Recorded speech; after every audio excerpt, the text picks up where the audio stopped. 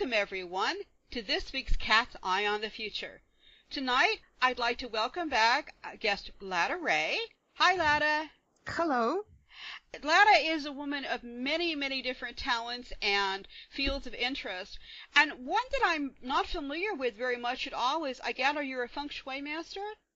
Yes, I'm internationally certified Feng Shui master. And Lada would like to talk tonight about a subject that we don't usually talk about much on this show, which is, from a more Oriental perspective. And since this show will air just, I believe, slightly after Chinese New Year, we're going to start with the discussion on Chinese New Year, and I'm going to let Lada just start and tell us about it. Well, this is a very, very big topic, but I would like to give a few details in a nutshell.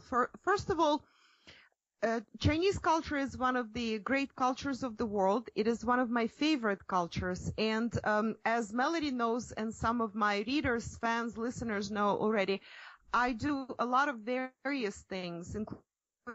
I write fiction and I write nonfiction, including geopolitical analysis. I predict, and predictions are based on different areas of knowledge, including my clairvoyant, claircognizant abilities. And I also am very much into exploring, studying, and writing and speaking about various aspects of spirituality, consciousness, and new thought.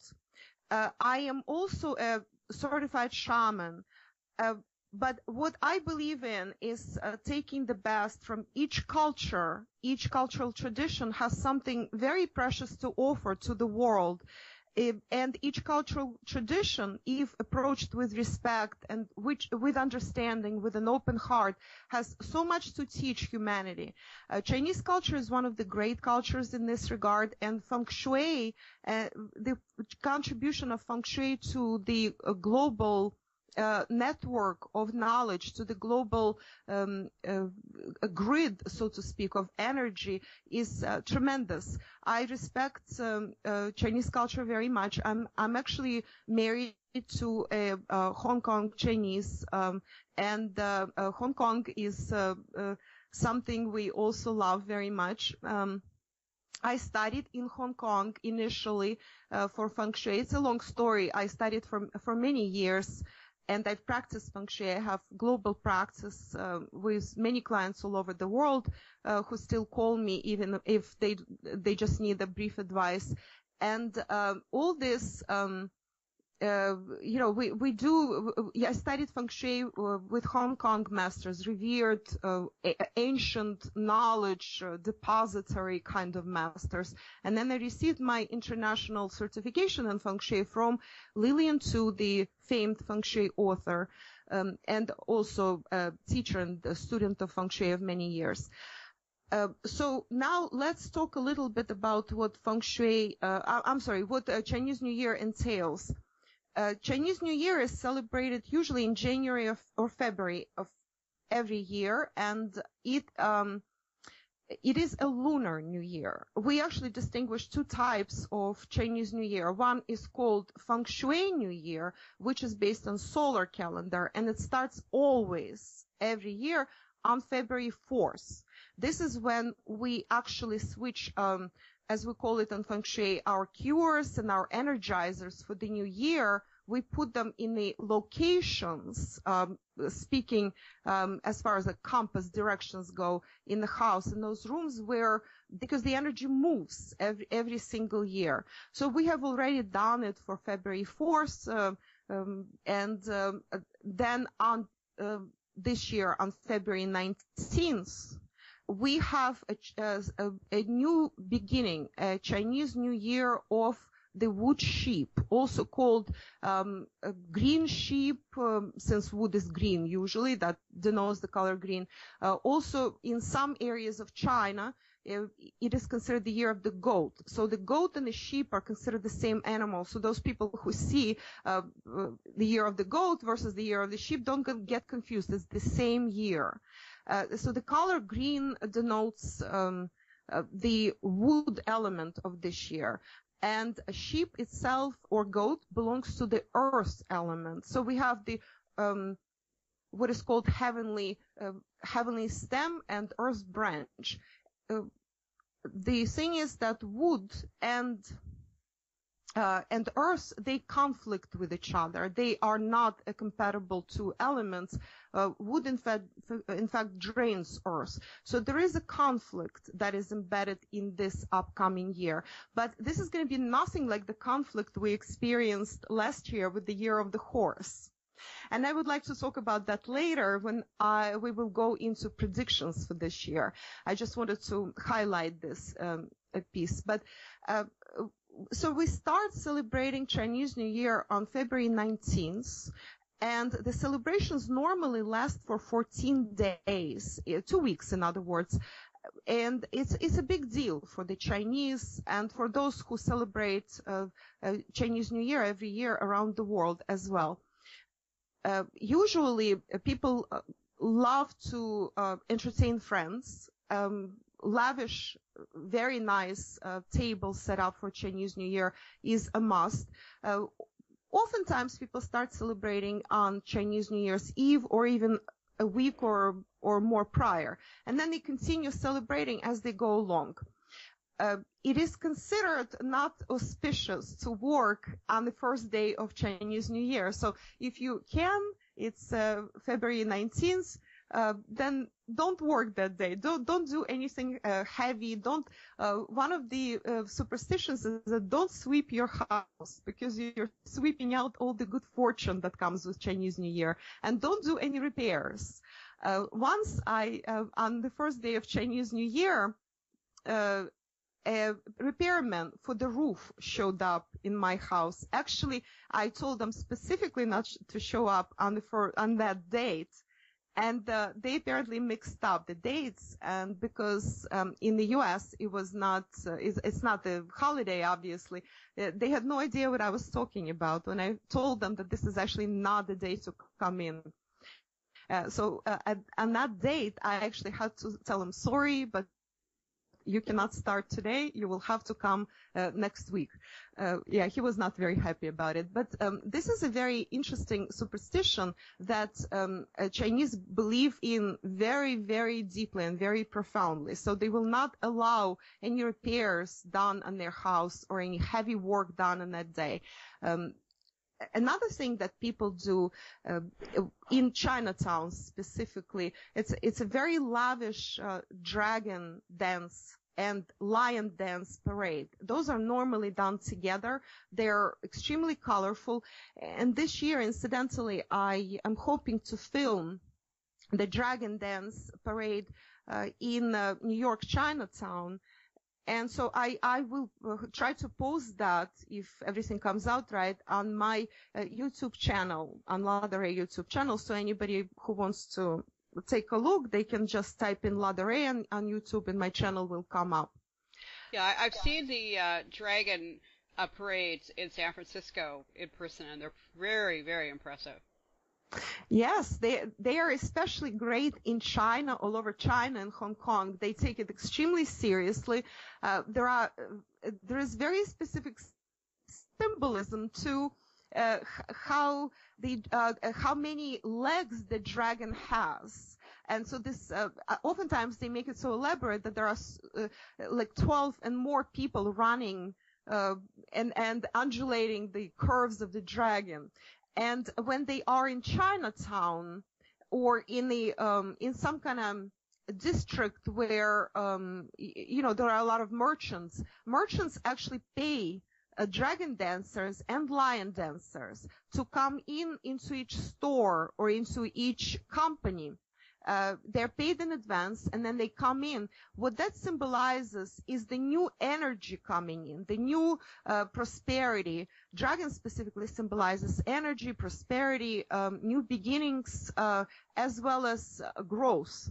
And lion symbolizes also energy and the fighter attitude, competitive attitude, in a good sense, not in a bad sense. Those lions are very cute. You look at them and they look like these like very nice dolls that you want to hug. They're not fierce at all. Yeah, I was shopping once with my mother in Chinatown, San Francisco, and I didn't realize what day it was, and the dancers came into the store, and it was explained to us that the merchants, because there was even a symbolic handing over of, I think it was Monopoly money or something. It was quite impressive. Yes, these are actually paid events. Otherwise, basically in New York Chinatown, all merchants get together and they pool their resources to actually finance this parade. So the Chinatown parade is financed partially, I believe, even by the city and partially by the community there. And then each merchant additionally has to pay them to come into the store. Yeah, my mother was delighted. In fact, we actually, now I think about this, happened 2 different years, and of course I didn't realize it was lunar, and when I worked in an office with Chinese people later, I kind of knew when it was, because they would bring in special foods and things, but that particular couple of years I wasn't, and my mother said, do they do this every year? And I said, no, do they do this all the time? And I said, I don't think so. I think it must be a special holiday. So I'm really glad to have that cleared up, that it was the New Year's dragons Uh-huh. and Yes. lion dancers coming into the shop. Because I didn't think they just Yeah. did it for tourists. It was far too elaborate. Right. It also be that the shop is either was new or was expanding, and they might have ordered the dance. If it wasn't during Chinese New Year, they might have ordered the dance to bless the shop and to create a lot of new chi, new energy for the new enterprise or for the expansion. That could be something like that as well. But usually it's done for Chinese New Year. It's actually considered extremely auspicious to be present, even to watch a dragon dance. We haven't gone for many years, and we decided to go this year because I kind of missed that. Well, So we'll see. Mm-hmm. that might have been Yeah, why we saw it twice. Probably one time it was New Year's because there was more of them. Mm-hmm. And the other time I think it was just the one set of dancers in the store. So that would make sense. Yes, I would like to speak about how to best celebrate Chinese New Year and what constitutes the auspicious, the lucky, and the joyful celebration for Chinese New Year. Also, my advice as to what colors to wear, etc. So colors are very important in Feng Shui and in Chinese culture. And the way we determine which color signifies what is from the Chinese system of the 5 elements, and the productive cycle of the 5 elements is this: water, then wood produces wood, wood produces fire, fire produces earth, and then earth produces metal, and then metal again produces water. That's the productive cycle. So this year, because of the conflicting energy of this year and different elements that are clashing, it is recommended that people wear red, all shades of red, as much as possible, because that reconciles the elements of the year. Therefore, celebrating your new year in red is, first of all, always advisable, always auspicious, and it's especially auspicious this year. So when celebrating Chinese New Year, please wear red. Also, red tablecloth is nice. As far as also celebrating Chinese New Year, there is a wonderful tradition that Chinese observe very much. It's called giving out or presenting somebody with a red envelope. The red envelope is this very colorful, very pretty, with some auspicious symbols and colors on it, a Chinese envelope in which usually people put money, and they then usually present it to their children, especially for children. You really want to prepare some money and give them in those Chinese red envelopes. Also, parents, even if their children are grown, oftentimes still give money to their children. Like, for example, my husband's parents always have these envelopes ready for us. Which is a good incentive to visit them, obviously, for Chinese New Year. But we love them regardless, of course. Is the money usually given instead of presents, or presents sometimes exchanged as well? Yes, presents also are given oftentimes, and but it's not necessary. Well, actually, the red envelope tradition is like giving that good wish. The actual symbolism is not really in the money. It's actually in the envelope. So envelopes are even hung as garlands, lanterns are made out of them because they are already packed with a lot of energy. The symbolism, the colors of the envelope, the pictures on them are very telling. So even if it's an empty envelope, it's still a good wish. But money, people started putting in more money for an extra something, because money in the contemporary 3D world that we live in represents energy and also good wish. But people do give presents of all kinds, just like really, you name it, whatever you want. It's all, all is good. I only ask because, a lot of the people listening to the show are from America or Europe, and they associate, of course, Yule season or Christmas time with giving presents.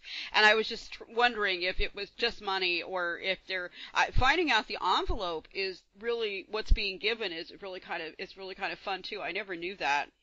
Mm-hmm. Yes, I will. On my blog, Lada blog, for those who don't know, I have two blogs that I maintain. One is called Lada blog. Another is called Futurist Trendcast, in which I post my predictions, geopolitical things, and a lot of serious things that go on in the world. And Lada blog is this light blog. You can just type my name or the name of these blogs in Google, and they will come up. I will have some posts, and I actually have Feng Shui articles on the Lada blog, and also on my website, ladaray.info. You can go there, and you can find more links to my articles about Feng Shui, and there are some pictures of red envelopes. And for previous years on Lada blog, I did, each year I do predictions and also how to auspiciously celebrate Chinese New Year. So there is one for the year of the dragon, of the horse, and of the snake for previous 3 years that I did on Lada blog. There are pictures of Chinese red envelopes there, and also other things that help you celebrate, including how to set a nice table, what colors to wear, and et cetera, et cetera. Well, another thing that is great is red lanterns. You have probably seen red lanterns hung in Chinatowns around the world, or perhaps on TV, if you watch TV, where they're showing celebrations of Chinese New Year in Asia. And red lanterns are another way to bring in a lot of energy, a lot of chi, and they are hung everywhere. This is pretty spectacular, actually. And red color is especially important this coming year. It's not so every year, but the year of the horse that we are getting out of right now is also characteristic of is the fire. So the red color was very important for that year. But another thing that people do are prosperity rituals, because you want to bring prosperity into your home and into your business, into your life in general. So people do, depending on the area where they live, they do various prosperity rituals. Some of the rituals that I'm personally partial to, and as Feng Shui master, I recommend it to my clients as well, is there is, you can buy the money tree. Money trees are sold sometimes in the Western hemisphere as well, in Western shops, or maybe if you go to Chinatown. Bamboo is great, buying curly bamboo especially. Pussy willows, interestingly enough, something that everybody is familiar with in the Western hemisphere, the pussy willows, they are considered the harbingers of spring. To bring spring into your home, you can put up pussy willows and try to grow them, try to sprout them. I personally buy pussy willows for New Year's.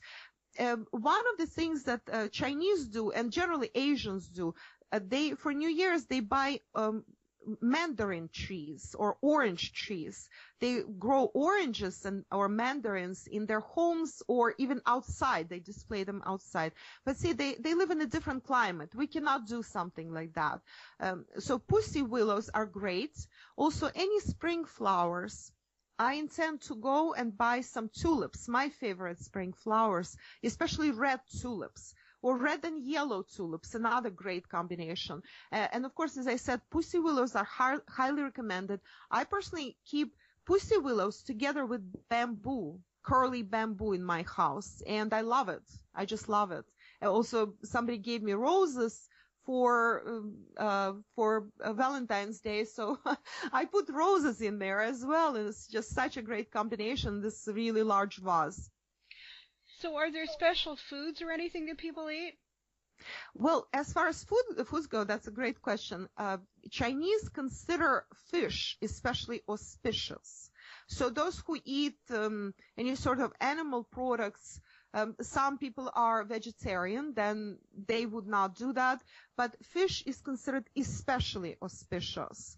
Of course, there are such things as chicken, eggs, because all that has a connotation for prosperity. But fish, the word for fish in Chinese sounds very similar to prosperity. And that is considered the most prosperous and auspicious thing to eat. Also shrimp. Shrimp is also in the same category. It's considered the prosperity food, but you also want to have it very colorful and with a lot of vegetables. As far as vegetables go, again, on Lada blog and on ladare.info, I have my past articles with my own pictures of how I set up the table once I did an expose. And I demonstrate the kinds of foods that I introduced to the table. I had 2 types of rice, white rice and mahogany rice, then also peas. Peas, there are so many of them, and they're green, so they are more both growth and money, and the color green is associated with everything joyful and celebration and also spring. Then red colors, anything from tomatoes, for example, to carrots. Incidentally, carrots have that orange color that is also very joyful. Tomatoes are great, of any size, small tomatoes, large tomatoes. As far as also cabbage is considered very auspicious. So I made this cabbage salad with peas, with tomatoes, with a lot of colors in it to introduce as much of this joyful green and red color into it. Cabbage, bok choy, is also associated with prosperity because it has all these leaves in it, and so many of them. So and they grow. And they are so they are expensive, and so expansion, then prosperity, abundance are associated with cabbage as well. A very important thing to have is oranges. Since orange trees don't grow in our climates, what we do, we buy a lot of oranges. One of the things I do personally, when I get the chance, is the prosperity cart ceremony, when the cart is loaded up with oranges. I also display oranges on my dining table in a very large vase. I also have pictures, incidentally, on my blog for that, so people can see what it looks like. Another thing, it's not the only sweet thing, but oranges or mandarins, tangerines are very important. But you can also display apples, red apples, for example. Bananas are good. I also display, and we eat dried fruits that we like, that we enjoy, nuts, all that is very good. And sweets are also very important. I personally bake a very, very auspicious cake, but that is also very healthy, because I'm not into sweets and nobody eats those very sweet, sugary things in my household. So we bake a very auspicious but very healthy cake, nevertheless, of all organic, natural ingredients. I also have pictures of that, incidentally. I have a vague memory of my coworkers bringing in some kind of cookie or something. Is that New Year's or is that a different holiday? There were moon cakes. Oh, yeah, mooncakes, right. Mooncakes are generally not for New Year's. They are for the Harvest Festival, and that would be in September. Okay. This is celebrated also very lavishly. Mooncakes are very delicious. They're so rich. Incidentally, they add an egg to mooncakes oftentimes. Sometimes they are made out of bean paste and rice flour, and oftentimes the most expensive ones, they bake a piece of egg into each. They're super delicious, but they're so rich. I'm personally able to eat just a tiny piece of that, and that's it. Parents buy that. My husband's parents buy that all the time.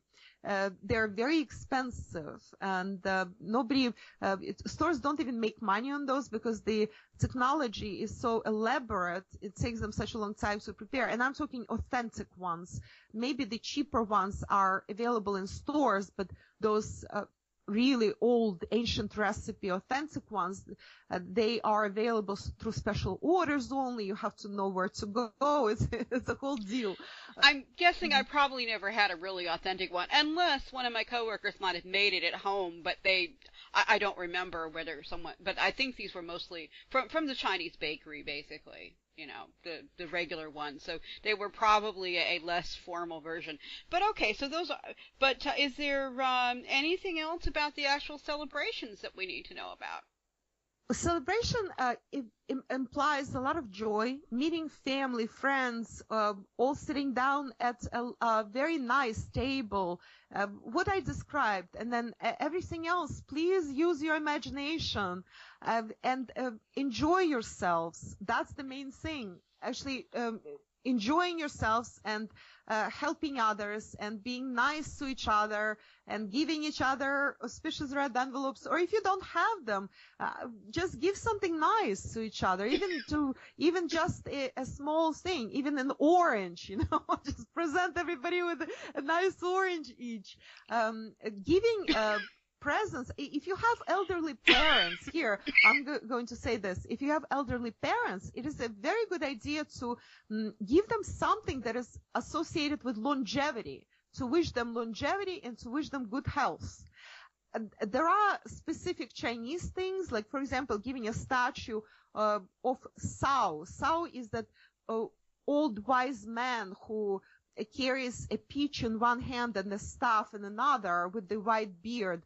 I really like this three wise men symbolism, Fuk, Luk, and Sao. I keep them in my house. I also have a large painting of Sao in my home.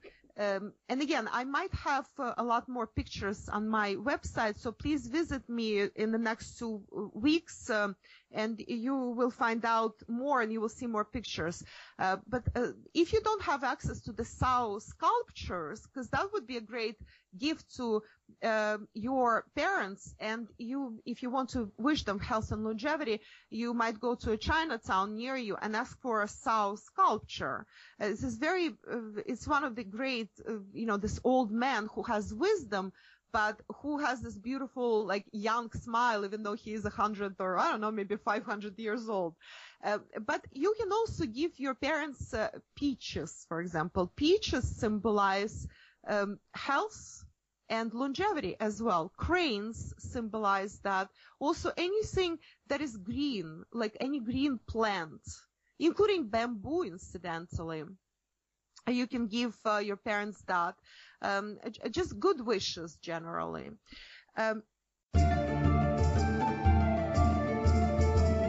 You have been listening to part 1 of Cat's Eye on the Future.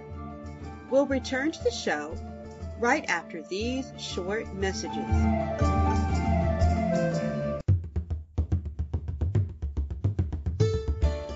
Do you have questions?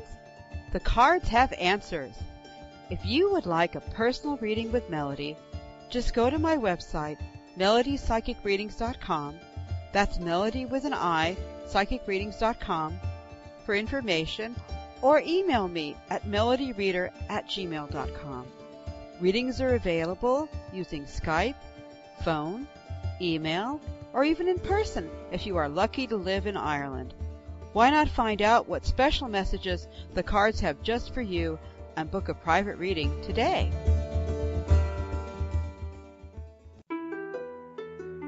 We now return to part 2 of Cat's Eye on the Future.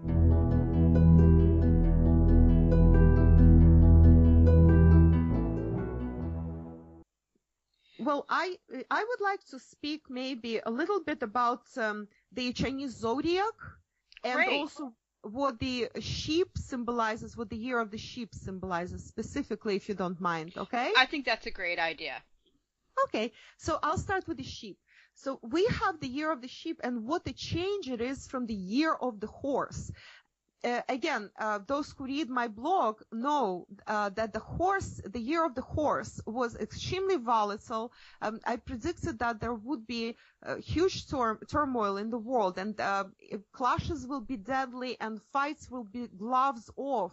And gloves off, we know what that means. It's extremely, extremely ugly fights, and that's what we've seen around the world. I'm not going to go into that because that's a pretty grave and sad topic, and we discussed this, Melody, with you and Paul Plain on the Plain Truth show, and I also talk about it on Futurist Trendcast a lot. Today, I'm trying to have this very positive energy given to your listeners through our show today. So I want to focus on as many positive things as possible, but there are certain things that might not be as pleasing, perhaps. But generally, I have good news. Okay, so the sheep, let me compare it to the horse. Horse is that very free and oftentimes very moody, very perhaps even self-centered kind of animal. It's a big animal. It's the animal that loves its freedom, loves to run, loves a lot of action. It's fiery. Horse resides in Chinese Zodiac in the south, and we are moving along the wheel clockwise. So we are moving to the southwest from the south, from the place of the horse. So horse introduced that very fiery energy, and wood, because it was the year of the wood horse, it introduced even more fire, because wood feeds the fire. And now that we are in the sheep year, sheep is a very docile animal. It's a meek animal. It's a peaceful animal. Incidentally, we have 4 types of affinities in the Chinese Zodiac, of which I will speak later. And the sheep is considered the diplomat, or the lover also, you can call it, of the Zodiac, which already says a lot. So this year, great news for those who listen us, for my usual readers and listeners who visit my Futurist Trendcast blog. What is great this year, diplomatic solutions are possible all over the world. So these horrible clashes in Ukraine, for example, could hopefully be resolved diplomatically, or start being resolved. And we're already seeing a signs of that. But initially, the year will still be very volatile. So the first half of the year will resemble the year of the horse. It will still be with lesser degree, not as fiery, not as volatile, but it will be still a lot of clashes, a lot of animosity. But eventually the energy of this diplomat of the Zodiac will prevail. And in the second part of the year, it will be better. It will get better and better and better. Additionally, sheep represents the energy of the Mother Earth. Southwest in Chinese Zodiac in Feng Shui represents the Mother Earth. And that is also saying a lot. So anything associated with the Mother Earth actually is very good this year. Anybody who is into working with the earth, with Mother Earth, on any level, whether it's spiritual level or whether it's working with the earth, like in agriculture, for example, or in your garden, it's a good year for that. We don't have what is called Lapchun, which is the proverbial spring, which we had last year. So the beginnings were bringing new shoots that would be very successful. That's why all over the world we had a lot of starts. But which will be successful from the year of the horse. But this year, what we do have is all of us have the possibility of making money and being successful in what we already are doing. The reason for that is that we actually have, according to the Chinese numerology and Chinese 5-element system, we actually have all elements in balance this year. We have all 5 elements present in this year's chart. This is great. This is awesome. This happens very rarely. We were missing elements last year. We had Lapchun, so the new starts were good. So that's the difference between the 2 years. Now, the sheep, as I said, is a peaceful, peace-loving animal, and it's a meek animal. That's also very positive this year. Meanwhile, sheep, when is the year of a specific animal, what we do have, as I'm going deeper into Chinese lore, into Feng Shui lore, what we do have, it's called in translation is the Grand Duke Jupiter. The Grand Duke Jupiter is the proverbial energy of the year. So when the energy of the year sits in the location of the sheep or horse or any other zodiac animal, that animal is considered in difficulty because Grand Duke Jupiter is a little bit jealous and it does not like sharing the energy, its energy. Another animal that is considered in difficulty is the animal opposing the Grand Duke Jupiter, which in this case would be the ox.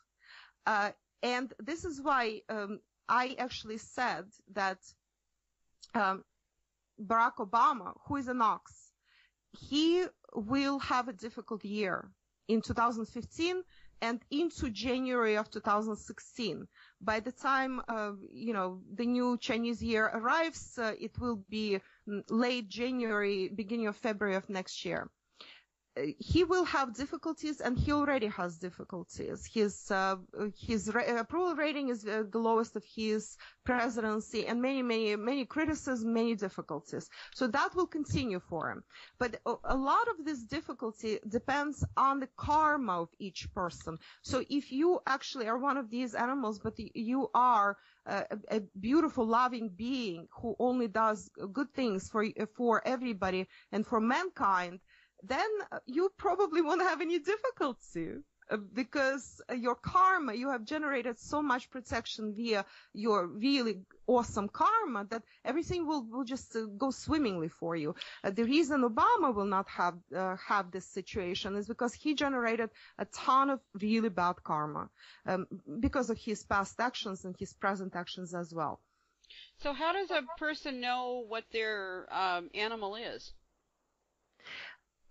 Actually, all this information is available freely online. You just type in your animal or type in Chinese Zodiac year of birth, your year of birth, and or how to determine your Chinese Zodiac animal, and the table will come up. There are plenty of sites that have that. I might actually have this table posted at one point on my ladaray.info website, so people can also go there and determine, just look it up freely there. I haven't gotten around to doing that yet, but I'm planning on doing it. So but in the Chinese system, it's the year you're born, not the month you're born in? It's the year you're born, and this is how it works. Actually, the entire cycle is 60 years. People think it's 12 years because there are 12 animal signs. But in reality, it's 60 years. So these are the 12 animal signs, and I'll explain why it's 60 years. The 12 animal signs, we start with rat, which is the first sign. Rat, then ox, then tiger, then rabbit, then dragon, then snake, horse, sheep, monkey, rooster, dog, and boar. Rat is first. It corresponds also each of these signs corresponds with the one of the 8 directions of the compass. Red would be north, and ox and tiger will be northeast. We're going clockwise. Then rabbit and rabbit would be east, dragon and snake would be southeast, horse would be south, sheep would be southwest, and so is monkey. Monkey is also southwest. So basically we are going like this, clockwise, and according to the productive cycle of the 5 elements I discussed before. Feng Shui is much more than the Chinese zodiac system and the 5 element and color system, much more than that. But these are 2 of the schools of the Feng Shui.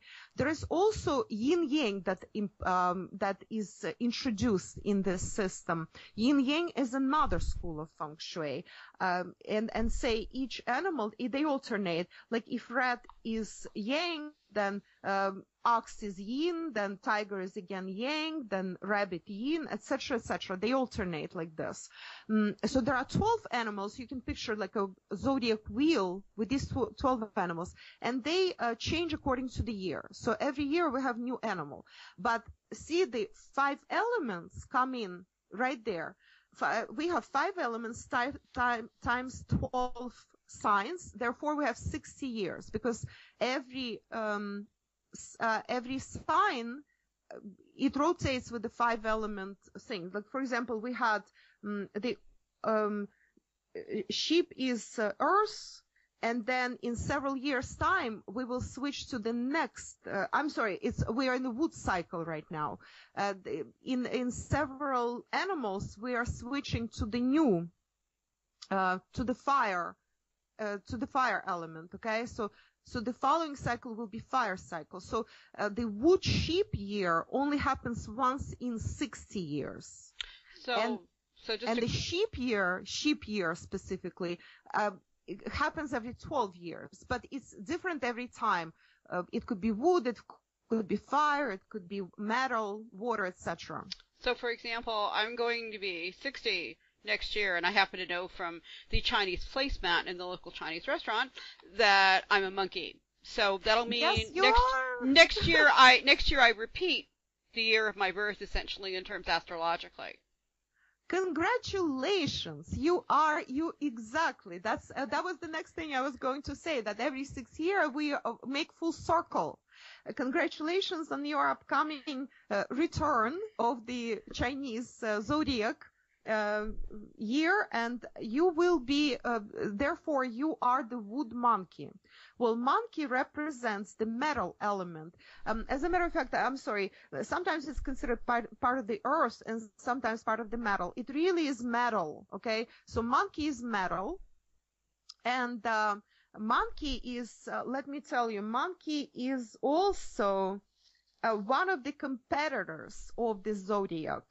So there are 4 types. Each of the 12 animals is grouped in groups of 3, and these 3 groups, these 4 groups of animals, they represent a type, an archetype.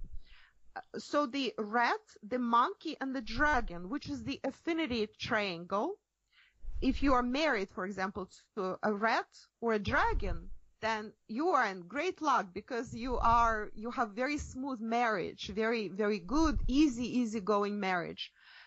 So these are competitors of the zodiac. Then we have the independents, which is the horse, the dog, and the tiger. Then we have the intellectuals, or also called movers and shakers, you can call them. These are the snake, the rooster, and the ox. Incidentally, the ox, and they're also advisors. They're advisors, intellectuals, and the diplomats are also possibly the lovers, you could call them. The rabbit, the sheep, and the boar. These are 4 love triangles, so to speak. They are affinity triangles, rather. And each sign also has a secret friend. Like, for example, sheep's secret friend is actually a horse. These are those people who help you, and they don't even ask for anything back. They actually support you, and you may not even know who they are. For an ox, I can tell you the secret friend is rat, and vice versa. They work in pairs. They help each other. Well, that's how it works. I don't remember who the secret friend is for the monkey, but I can look it up for you later. Thank you. It just is kind of fun, and yes, yeah, I would wonder. I wonder what year 1967 was. That we find out what my husband knows, but that's we can do that later. Oh, 1967. Yep. Well, I'll look it up for you. Great. I can actually look it up for you right away. What months? Because that's important. What months was he born? He was because, born June 28th.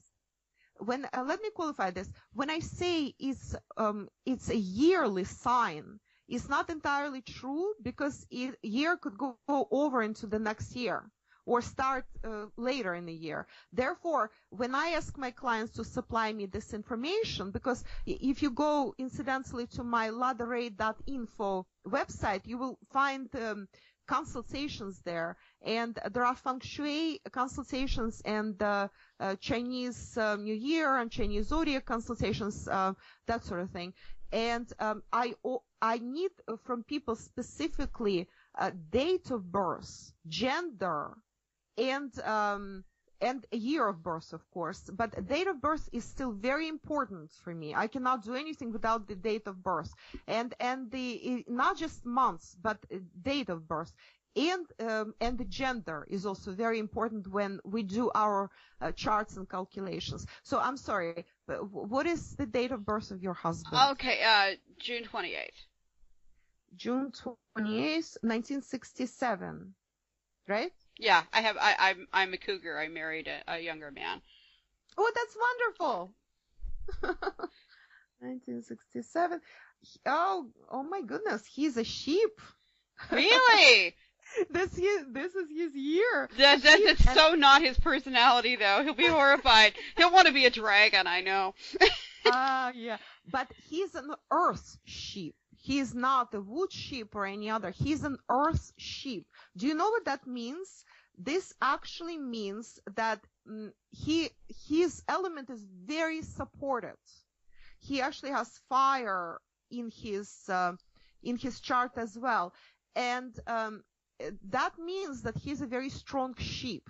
Oh, yeah. A sheep that's strong might actually be quite assertive. Well, yeah, I mean, we had a ram. I mean, we had a ram that had like about 6 horns, and, you know, because I was listening to you describe sheep, and I'm thinking, that's some sheep, but then there's sheep. And, you know, ours was, he had a son we actually wound up naming, he kept jumping fences, and our neighbor called him that little devil, and we named him Lucifer. Because you could not keep him in a pen for love or money, you know. That's the kind of, I think, the kind of sheep my husband would be like Jacob, our ram, you know, just big horns. Yes. and you know, in charge of everything. Very curious. But no, and I was born November 12th, 1956, so I don't know if that but I'm actually doing this also because my listeners can hear what you're doing for me is what you would do for them in a consultation, correct? Right. Say it again, November 12th, 1956. Right. And you're a metal monkey, which is metal on metal. This is good, but you do have fire in your chart as well, which melts metal. So you do have good stuff which supports it. Metal on metal is good, so you have good, good stuff going on. But fire kind of melts it a little bit. Yeah, so it can work out in so many ways, incidentally. Yeah. But, generally it's good. It can, monkey can be a very lucky animal when it comes to money making. If you choose to do that, you can be very lucky in any sort of, especially when you're metal monkey, you're metal on metal. That's a lot of metal. Fire, it's interesting that fire is introduced here because fire melts metal, though, and depending on how everything else falls in your chart, because this is only one of the elements I look at. The main element is when I do a chart, it's called the Feng Shui Success Chart. It's one of the written consultations. What I do, I determine by the year and date of birth, I determine your lucky elements and lucky directions and lucky, how luck falls for your success, growth in life, for prosperity, what would make your life luckier, how to capitalize on what you have, what lucky colors to wear, how to sleep, for example, which way should your bed point, because when you sleep you absorb a lot of chi from the universe through your seventh chakra, through your crown chakra. It comes in. So what you want to do is you want to point your bed, your head, you want to point the head of your bed towards the direction that would be auspicious for you energetically. And there are 4 such directions. We each have them. So basically, in a consultation, you'd be doing more like, I mean, it's a difference between what I read on the Chinese placemat was very much like in Western astrology, a solar chart, that says you're a Scorpio or you're a Taurus or something, which doesn't really tell you very much, but it tells you a few things. That's the Chinese placemat school. What you're doing if somebody goes to you for consultation, it's more like the full chart that you would get in Western astrology with all the planets and what everything means and stuff. Well, Chinese Zodiac can be a part of this, but the main work is the Feng Shui work. As I said, I go by these schools of Feng Shui. Depending on the consultation, you will see on the consultations page of lada.info, there are many different consultations, including a prosperity, abundance, and wealth consultation. But this one that I'm describing is the chart. This is my multi-year bestseller, very popular. In this chart, I mainly go by the 5 elements, by the 8 aspirations. These are 2 schools of Feng Shui. Also, there are the colors that go into that, and I also include the astrology side of it. But that's a minor thing compared to the Feng Shui thing. That's where serious stuff comes in. People change their lives. They come for a consultation to me.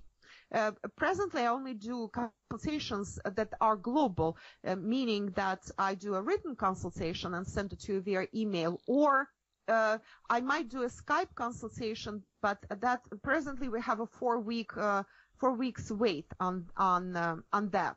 Well, it can be scheduled and then there is a wait period, and certain consultations might be added. But what I am saying is that the simplest one is the chart. There are also consultations that are much more elaborate and involved than that. As far as the zodiac goes, it's a start. But from knowing your animal, we already know something about your character. But the main thing that I will learn is when I calculate your lucky directions. Well, I'll give you an example. You can have... We're going beyond the zodiac here. The way the lucky directions and lucky elements are calculated is by assigning one of the so-called Quan numbers to you. Quan number, there are 9 of them. And they, in one case, males and females have different Quan number, even if they were born in one day. But overall, they're the same. Basically, I need to know your gender, in other words, to make sure that your Quan number is the same is correct, okay? So there are 9 Quan numbers, and they start with, they're again based on the 5 elements theory. They start with the north. Number 1 is associated with the north and water element. It's also associated with the rat that resides in the north. And then we go into wood. Then number 2 would be earth. Number 3 would be wood. Number 4 is small wood. Then number 5 is earth again. Then number 6 is metal. Number 7 is metal. Number 8 is earth. And number 9 is fire. These are the numbers. I assign that number to you. And after I calculate it based on the information you supplied to me, date and year of birth and gender. And then I calculate which directions of the compass, which colors and which elements are auspicious for you for any purpose. And the four main purposes are your general success in life, that includes your career and money success, but it's a general success. Also, then your love and relationships. It's not just love between two people. It's relationships inside the family, with co-workers, with your friends, with your extended family, everywhere. And generally your relationship and self-love to yourself also qualifies here. We calculate all that, and then I give you advice as to what you need to strengthen. Maybe you need, for me, for example, because I work so much at my desk at home, it is extremely important that I sit facing one of my success directions. And it could be a self-development and growth direction, for example, or it could be my general success direction, or maybe I'll choose the love and relationship direction. There's also health direction that is very important, but also colors. Like for me, for example, the most auspicious combination of colors for success, for my personal, is red and green.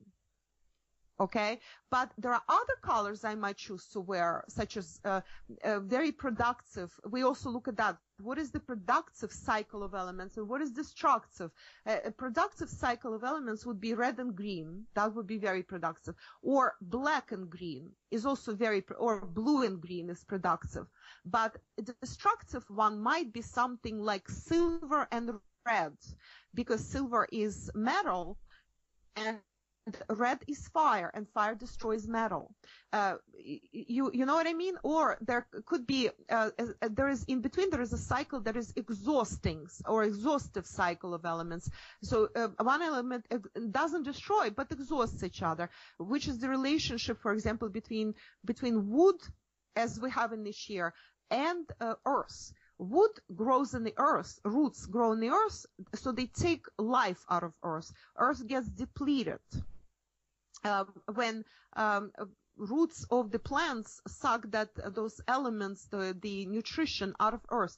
So it is considered that wood depletes earth. So that's the third cycle. There are lots of interesting things. Oh, I'm just fascinated. I'm sure the audience is too. I mean, I'm sure you can go on like this, but this gives people, I think, an idea of, if they went for a consultation, the kind of depth and different things you can get into, which I think is just absolutely amazing. I know before we go, you wanted to talk about a few predictions based for the Chinese New Year here, for the coming up. Yes. I already mentioned a few things. The general, let me just do a general prediction very quickly. I will reiterate for the world, and then I also want to give people a tip, leave people with that tip for what to do this year to avoid extra animosity, like warring, arguing in the household. I think that would be useful for everybody. So the general prediction for the world is that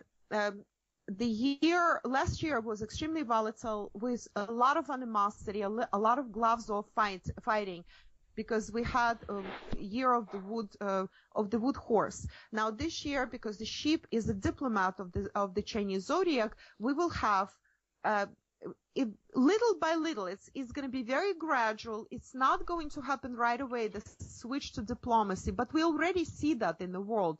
Again, my best example is Ukrainian conflict, and see already that people already sat down at the table in Minsk and negotiated at least initial ceasefire, and they're trying to push that extremely volatile situation that potentially could bring World War III into European continent. They already switched it towards the peace mode, which is very good. This is excellent. It's not going to happen right away. There will be a lot of problems with that, whether we're talking Ukraine or elsewhere in the world. And fights will keep flaring up in Ukraine and possibly elsewhere, even in Europe. Europe generally is not going to be a peaceful, a nice continent to travel to. I know a lot of, Melodi, I know you live in Europe, and a lot of your listeners, I'm sure, live in Europe. A lot of my fans who follow me on Futurist Trendcast also are Europeans. So sorry to say, Europe will continue in the first half of the year experiencing problems with shootouts, potential terrorism. Hopefully, I don't think there will be like a war in Europe. We do have a war in Ukraine, which incidentally is in the middle of Europe. And that is affected. That area is very affected. It is incidentally Ukraine, if we take the post-Soviet space, it occupies the southwestern corner of that. And southwest is the place of the sheep.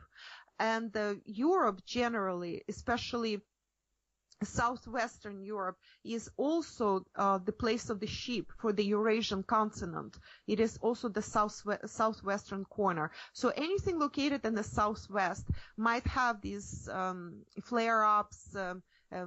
So Western Europe, especially southwestern Europe, is suspect for that. But generally speaking, diplomacy will prevail by towards the second part and the end of the year. I also think, as far as investments go, probably second half of the year will be better for any new investments than this year. Than the first part of this year. I already said about Obama. And generally, the situation with the oxen and the sheep or the goats of the zodiac, they have to tread more or less carefully. Because we go by the compass directions, I do not recommend people, if you need to do some serious work in the garden or build something or make a lot of construction noise, I do not recommend you make noise in the southwestern sector of your home or your garden. Refrain from doing that. Another area to avoid making noise is west this year.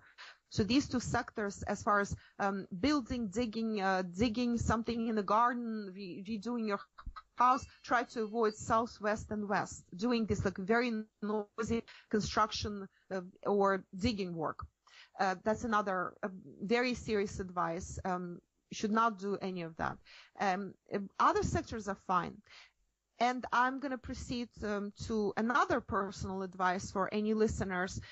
This year, another problem we have is that according to Chinese, to very advanced Chinese, Feng Shui school of the flying stars is the flying star Feng Shui, which I do consultations on that as well for those who are pretty advanced in this.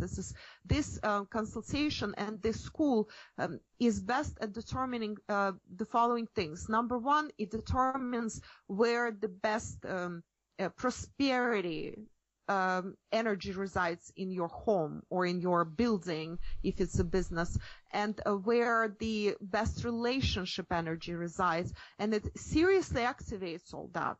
Activation is such that you can become really lucky, really famous, or if it's a relationship star, and you can become pretty wealthy. It depends on a lot of other things as well, of course. And also it depends based on numerology.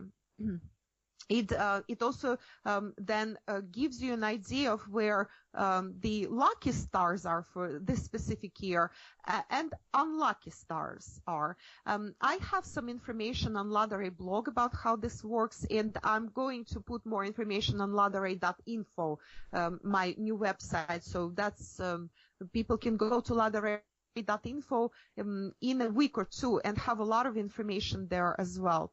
And read up on what all these schools of Feng Shui signify, how they work. So back to the flying stars, what happens is that when a star of specific designated in flying star Feng Shui as the unlucky star, we have this lucky and unlucky star, when it flies into the center, then a lot of things actually go wrong in the household, and this is like a warlike environment. So, but that's the bad news. The good news is that you can protect yourself.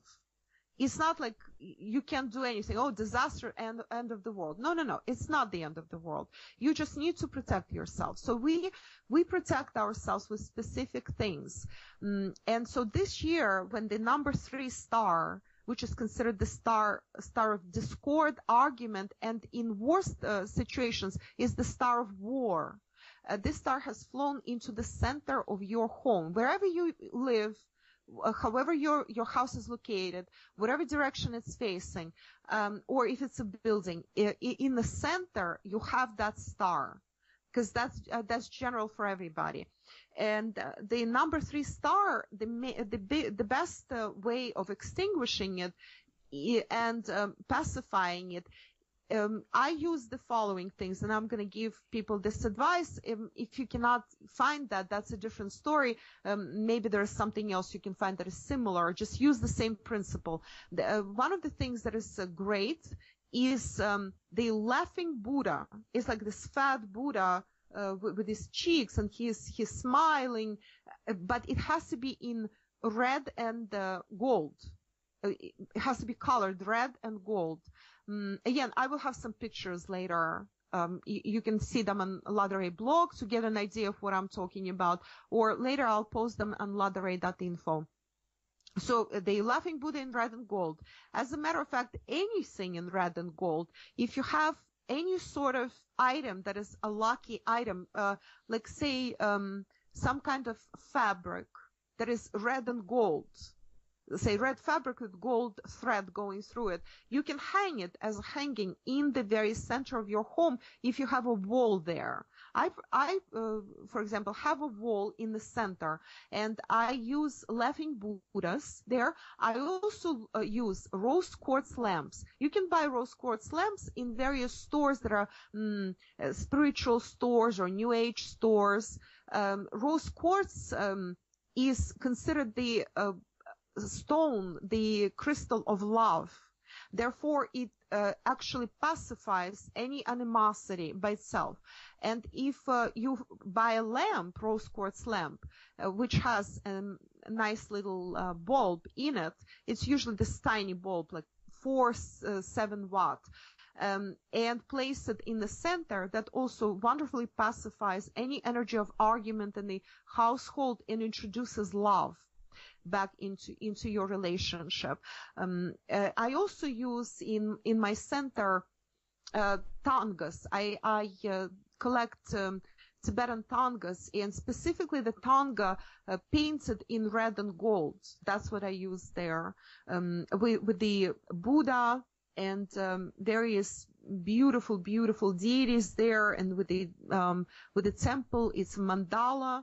Mandala is very, very good for pacifying the star of argument. So any listeners who, if they felt that somehow as the year was switching, they started arguing in the household, or there is unpleasant animosity, or if you, for some reason, you don't get along as well with people in your at your work, or you are a little bit too snappy at people, then more snappy than usual, then please use some of these cures, whatever you can access in your area. Whatever you do in the center of your home, do not use any plants or do not use any water, because that only accelerates and makes the animosity and war star worse.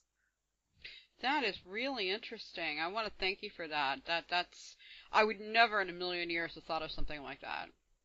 Well, I want to add to that keep in mind that these stars switch every year, and the next year, once we have the year of the monkey next year, we will not have the same star in the center. It in fact will be the number 2 star, which is the illness star. So we Feng Shui completely differently for that. When people order a consultation from me, if they need this advice, I also include this advice for them. It depends on the consultation, of course, or they can always come for additional next year.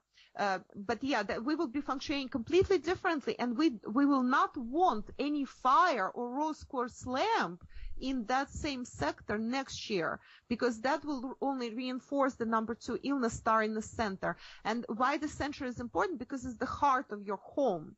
It is the heart of your existence, and that influences everybody.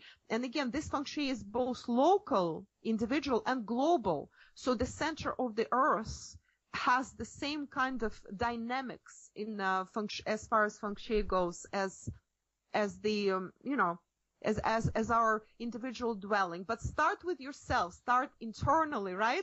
We start with ourselves, then we change the world around us. So the first thing is to have peace, harmony, prosperity in our own homes, to love ourselves, to respect ourselves enough to actually pay attention to how we live, what kind of how harmonious our environment is. My definition of Feng Shui is not what others define it. That's way too 3D, so to speak, quote unquote. It's not.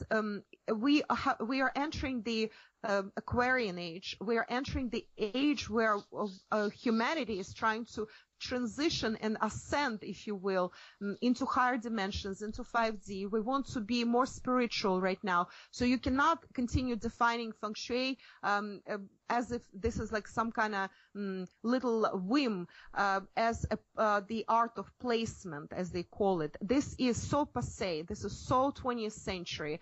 How I define Feng Shui is this. Feng Shui is good. Feng Shui signifies a proper alignment and harmonization of your inner and outer worlds. And this is what we need to work with. This is how we need to approach it. We want to harmonize. We want to balance our inner and outer worlds in such a way that our life flows as smoothly as possible. There are so many challenges in the world. The world is going crazy. We start with ourselves. We balance ourselves. And as the more people balance themselves and stop being angry, stop arguing, stop putting blame on somebody else, the more we take responsibility for our own life, the more the world around us will change.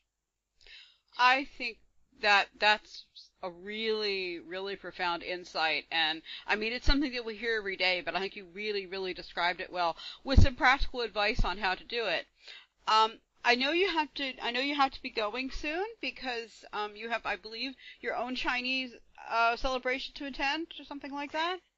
Yes, we are actually going to visit our parents, my in-laws, and we will be celebrating for a week or two. We'll be staying with them, celebrating Chinese New Year, and we will, as I said, attend the wonderful celebration in Chinatown, and we will go to parade. I will say hi to a lot of people I have not seen for many years. Yes, it's going to be a lot of fun, and hopefully I will be able to post if my video comes out. Expect it on Lada Ray blog and ladaray.info. This is my general website. Things are I'm building up ladaray.info, but keep visiting it if you're interested in the Feng Shui subject, and my predictions and or shift reports are coming to ladaray.info as well. I will be filling it with content throughout this year. There will be more and more. So I'm inviting everybody to visit both of my blogs and ladaray.info, and incidentally my YouTube channel as well, of course. Well, I want to encourage all my listeners to do that. I want to wish for you an absolutely wonderful and happy and prosperous Chinese New Year. And I hope you come back soon. This has been great. Thank you, Melody, and I want to wish the same to you and your husband and your wonderful kitty and all the listeners here. And as we say in Hong Kong, Gong Hei Fa Choi. That means New Year happy. Happy New Year, but they say it in reverse. So Gong Hei Fa Choi, everyone. This is in Cantonese. Well, okay. Well, happy Chinese New Year to everyone as well. And I want to thank all my listeners for joining us tonight. And I look forward to seeing you next time at Cat's Eye on the Future.